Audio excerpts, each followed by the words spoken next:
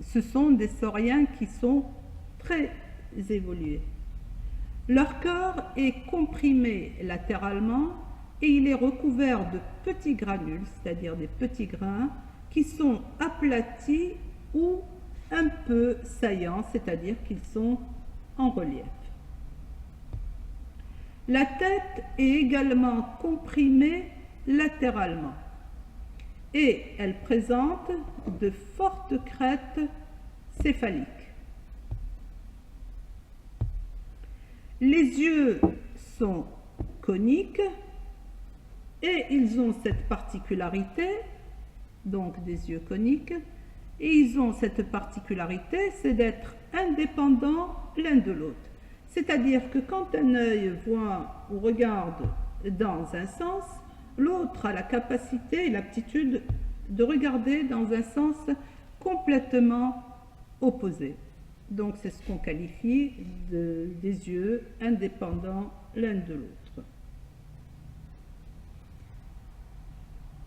Les caméléons sont surtout connus pour leur homochromie qui est active, c'est-à-dire cette aptitude à changer de couleur en fonction du support sur lequel ils sont posés. Comme vous pouvez le voir ici, donc les branches ont une certaine couleur et l'animal prend pratiquement la même couleur, donc ça leur sert aussi de camouflage. Les pattes et la queue sont préhensiles. Donc vous voyez ici, ça veut dire qu'ils peuvent se mettre autour d'un support. De même que la queue. Donc là, la queue, elle peut s'enrouler autour de la branche. Et donc ces deux aspects-là montrent qu'il s'agit d'une adaptation à la vie arboricole. La langue est protractile, vous voyez, elle peut être éjectée vers l'extérieur, elle est longue et elle est dilatée à son extrémité. Donc l'animal reste sur place et il va éjecter sa langue qui va aller chercher une proie. Vous vous rappelez, on a parlé chez les sauriens de langue protractile et qui est un organe de prédation. Donc la langue est protractile.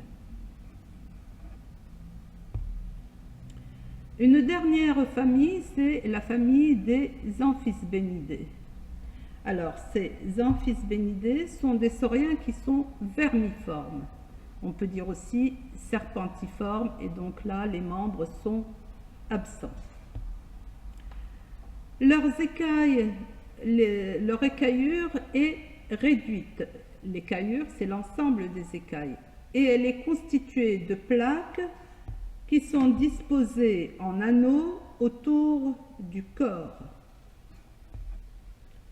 La tête et la queue nous apparaissent très semblables. On a l'impression qu'il n'y a pas de différence entre la tête et la queue, car les yeux et les tympans sont cachés sous les écailles. Ce sont des animaux qui sont fouisseurs, donc qui ont l'aptitude de se cacher. Ils sont terricoles, ils vivent dans les terriers et carnivores. Comme exemple, on peut citer l'Amphisbène. Donc, vous voyez, ici, on a dit l'écaillure, elle est annelée. Vous voyez, donc sous forme d'anneau, et chaque anneau porte un certain nombre d'écailles. Donc, écaillure annelée.